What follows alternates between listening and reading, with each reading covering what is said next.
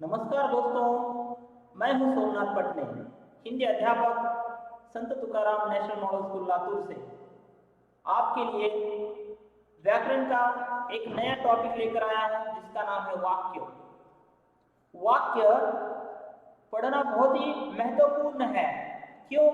क्योंकि हिंदी भाषा की अर्थपूर्ण इकाई है वाक्य। वाक्य के आधार पर ही एक अर्थपूर्ण विचार हम दूसरों तक पहुंचा सकते हैं। हिंदी भाषा कैसी बनी है? तो सबसे लघुतम इकाई जो है हिंदी भाषा की वो है वर्ण। वर्णों का समूह शब्द बन गया। जैसे कमल ये शब्द है, क ये वर्ण है, वर्णों से मिलकर शब्द बना कमल, और उसके बाद पद बना, और उसके बाद पदबंध और पदबंधों का समूह ये वाक्य है। वाक्य एक अर्थपूर्ण विचार है जो हमारे दिल में या मस्तिष्क में जो विचार आए हुए हैं वे हम दूसरों तक पहुंचाने के लिए वाक्य का सहारा लेते हैं, और वाक्य के आधार पर ही हम अपने एक विचार जो है दूसरों तक पहुंचा सकते हैं। तो ऐसे ही महत्वपूर्ण इकाई के बारे में हम आज जानकारी लेंगे। तो इसके पहले सबसे महत्वपूर्ण है परिभाषा। परिभाषा यह दर्शाती है कि वाक्य किसे कहेंगे। अब देखिए आपके सामने शब्द के अर्थपूर्ण समूह को हम वाक्य कहते हैं। शब्द के अर्थपूर्ण समूह को हम क्या कहते हैं? वाक्य कहते हैं। जैसे वाक्य के दो भेद हैं, अर्थ के आधार पर और रचना के आधार पर। देखिए आपको स्ट्रक्चर में दिखाई देता होगा। अर्थ के आधार पर वाक्य के भेद 8 हैं और रचना के आधार पर वाक्य के भेद 3 हैं। कौन कौन से? सरल वाक्य में साधारण वाक्य, दूसरा मिश्र वाक्य, और तीसरा जो है वो संयुक्त वाक्य है।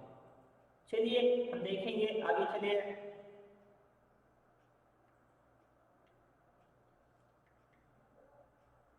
सरल वाक्य, संयुक्त वाक्य और मिश्र वाक्य। अब सरल वाक्य के बारे में हम थोड़ी सी जानकारी लेंगे। देखिए सरल वाक्य में साधारण वाक्य, सिंपल सेंटेंस। सरल वाक्य किसे कहेंगे? जिसमें एक ही विधेय हो, कर्ता क्रिया एक ही हो और कर्ता भी एक ही हो। विधेय का मतलब होता है क्रिया। विधेय का मतलब क्या है? क्रिया। देखिए यहां पर आया हुआ है। इन वाक्यों में एक ही क्रिया होती है। जैसे यहाँ पर कुछ वाक्य दिए हैं। मुकेश पढ़ता है, पढ़ने की क्रिया है। मुकेश क्या करता है? पढ़ने की क्रिया कर रहा है, एक ही क्रिया है। राकेश ने भोजन किया। इन वाक्यों से हमें पता चलता है कि सरल वाक्य में केवल एक ही विधेय और एक ही उद्देश्य होता है। यहाँ पर कुछ वाक्य दिए हैं, आपको उद्देश्य और विधेय किसे कहते हैं इसकी जानकारी ये वाक्य देंगे। राम के अनुज लक्ष्मण ने, ये उद्देश्य हो गया कर्ता। परशुराम का क्रोध भड़का दिया, ये क्या है?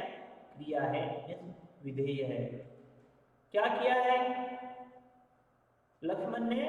कि परशुराम का क्रोध भड़काया है। क्रोध भड़काने क्या है? क्रिया है, इसलिए इसको उद्देश्य कहेंगे और उसको विधेय कहेंगे और उसको उद्देश्य कहेंगे। उद्देश्य मीन्स कर्ता और विधेय मीन्स क्रिया। ऐसे वाक्य के दो भागों में वाक्य बांटा जाता है, एक उद्देश्य और दूसरा विधेय। वाक्य का पहला हिस्सा होता है उद्देश्य और दूसरा विधेय होता है।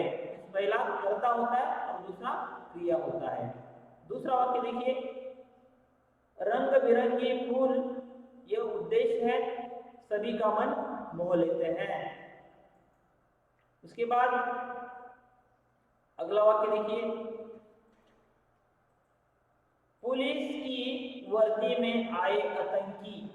देखिए पुलिस की वर्दी में आए आतंकी, ये क्या है? उद्देश्य है। यहाँ पर आतंकी के लिए जानकारी देने वाले ये सारे शब्द हैं। यहाँ पर कर्ता क्या है? आतंकी। उद्देश्य यहाँ बताता है। फिर विधेय क्या होता है? अचानक गोली चलाने लगे, ये क्या है? विधेय है। मीन्स वाक्य क्या हमने दो भागों में उसको बांटा है, एक उद्देश्य और एक विधेय। आगे देखिए, नीली जर्सी वाली फुटबॉल टीम ने लगातार कई गोल किए। गोल करने की क्रिया जो है उसको विधेय कहा गया है, और फुटबॉल की जो टीम है वो उद्देश्य हो गया। उपरोक्त 4 वाक्यों को हमने देखा है सरल वाक्यों के भीतर। आइए अब हम देखेंगे संयुक्त वाक्य के बारे में। संयुक्त मीन्स कंपाउंड। 2 स्वतंत्र वाक्य होते हैं जिसको समुच्चयबोधक अव्यय से जोड़ा जाता है, और या, वा, अथवा, परंतु, किंतु। देखिए यहाँ पर एक वाक्य दिया है, वह सुबह गया और शाम को लौट आया। देखिए यहाँ पर और जो है ये क्या है? और क्या है? समुच्चयबोधक अव्यय है। इसकी साधारण परिभाषा अगर हम करेंगे तो देखिए इसकी साधारण परिभाषा ऐसी होगी, जिस वाक्य में 2 या 2 से अधिक उपवाक्य मिले हो किंतु सभी वाक्य प्रधान हो, ऐसे वाक्य को संयुक्त वाक्य कहते हैं। और इन वाक्यों के बीच में समुच्चयबोधक अव्यय लगते हैं। कौन कौन से? या, वा, अथवा, किंतु, परंतु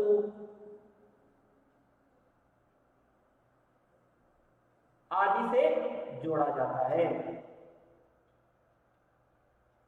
इतनी बात आपको समझ में आ गई।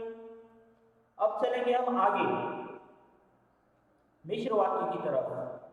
देखिए मिश्र वाक्य जैसे नींबू और शरबत, नींबू शरबत, नींबू और पानी और शक्कर से नींबू शरबत होता है, ठीक वैसे ही यहाँ पर वाक्यों का मेल होता है एक दूसरे के बीच में। पहला वाक्य मेल होता है या मुख्य होता है, और बाकी के जो होते हैं आश्रित वाक्य होते हैं। जैसे देखिए इन वाक्यों में एक मुख्य या प्रधान वाक्य होता है और अन्य आश्रित उपवाक्य होते हैं, उन्हें मिश्र वाक्य कहते हैं। इनमें एक मुख्य उद्देश्य और मुख्य विधेय होता है, इसके अलावा बाकी जो है समापक क्रिया होती है, उससे रिलेटिव क्रियाएं होती है। ये मुख्य क्रिया एक ही होती है, बाकी सभी आश्रित क्रियाएं होती है। जैसे यहाँ पर वाक्य दिए हैं, देखिए यहाँ पर जो ही उसने दवा पी वह सो गया। यदि परिश्रम करोगे तो उत्तीर्ण हो जाओगे। मैं जानता हूं कि तुम्हारे अक्षर अच्छे नहीं हैं।